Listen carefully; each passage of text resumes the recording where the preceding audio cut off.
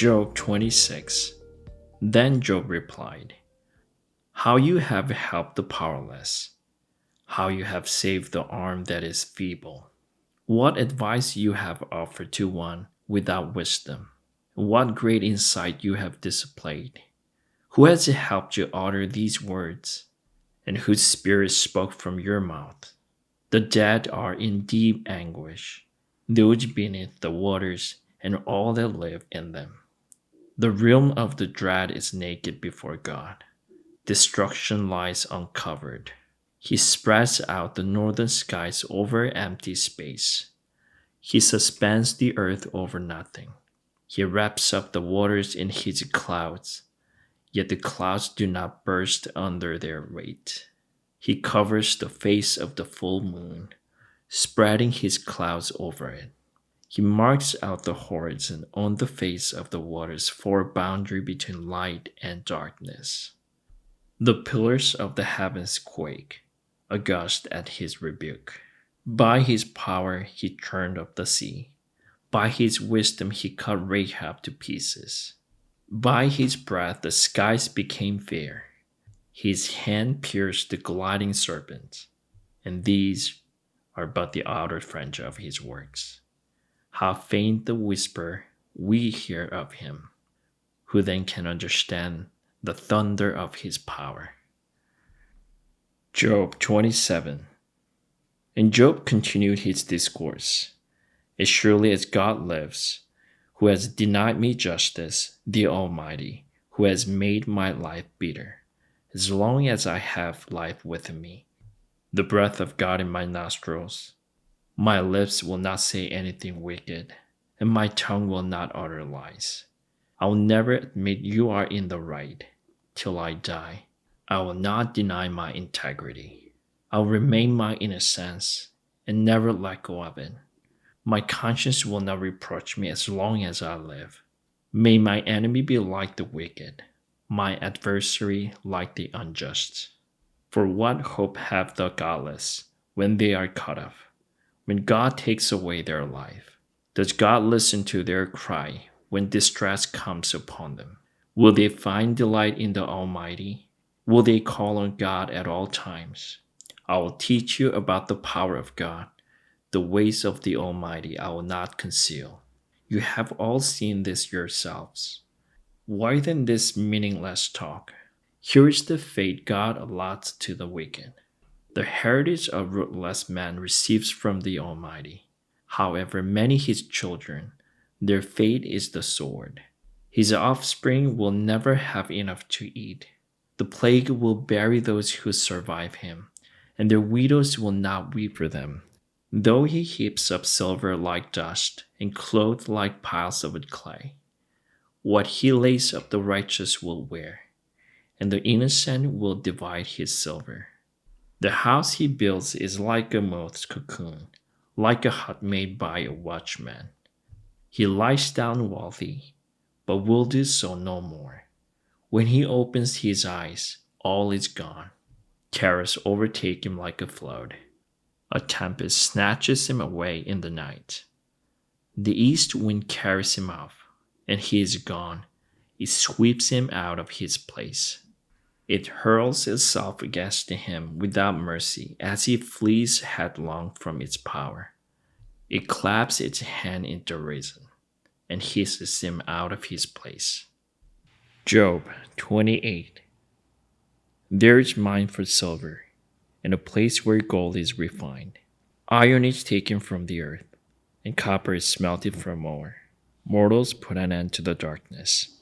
They search out the farthest recesses for ore in the blackest darkness. Far from human dwellings they cut a shaft. In places untouched by human feet, far from other people they dangle and sway. The earth, from which food comes, is transformed below as by fire. Lapis lazuli comes from its rocks, and its dust contains nuggets of gold. No bird of prey knows that hidden path. No falcon's eye has seen it. Proud beasts do not set foot on it, and no lion prowls there. People assault the flinty rock with their hands, and lay bare the roots of the mountains. They tunnel through the rock. Their eyes see all its treasures. They search the sources of the rivers and bring hidden things to light. But where can wisdom be found? Where does understanding dwell?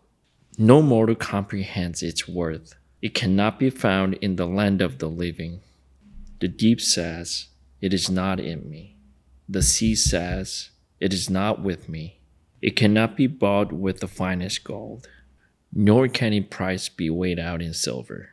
It cannot be bought with the gold of Ophir, with the precious onyx or lapis lazuli. Neither gold nor crystal can compare with it, nor can it be had for jewels of gold. Coral and jasper are not worthy of a mention. The price of wisdom is beyond rubies. The topaz of Cush cannot be compared with it, cannot be bought with the pure gold. Where then does wisdom come from? Where does understanding dwell? It is hidden from the eyes of every living thing, concealed even from the birds in the sky. Destruction and death say, only a rumor of it has reached our ears.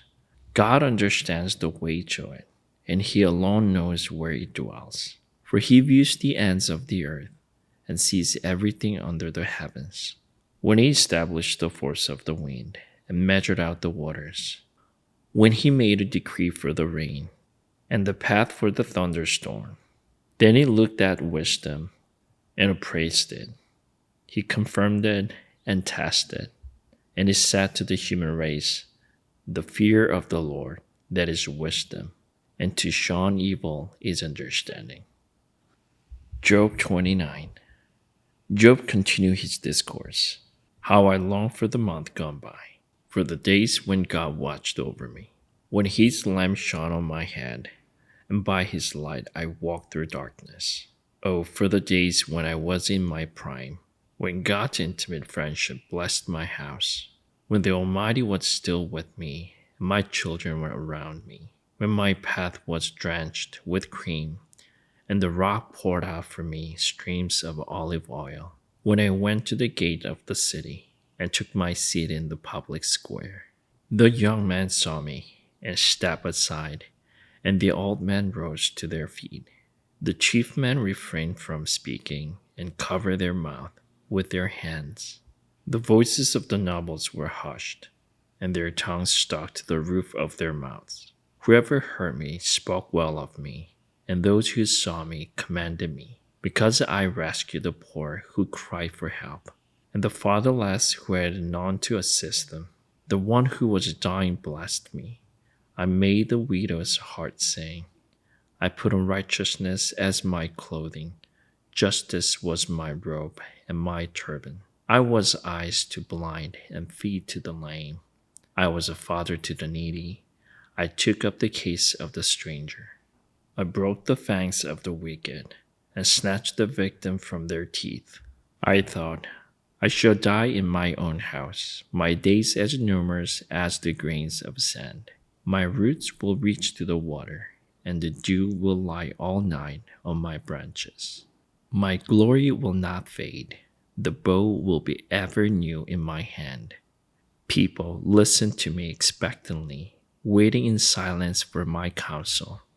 After I had spoken, they spoke no more. My words fell gently on their ears.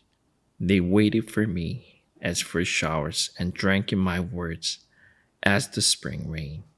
When I smiled at them, they scarcely believed it. The light of my face was precious to them. I chose the way for them and sat as their chief. I dwelt as a king among his troops. I was like one who comforts mourners. Amen.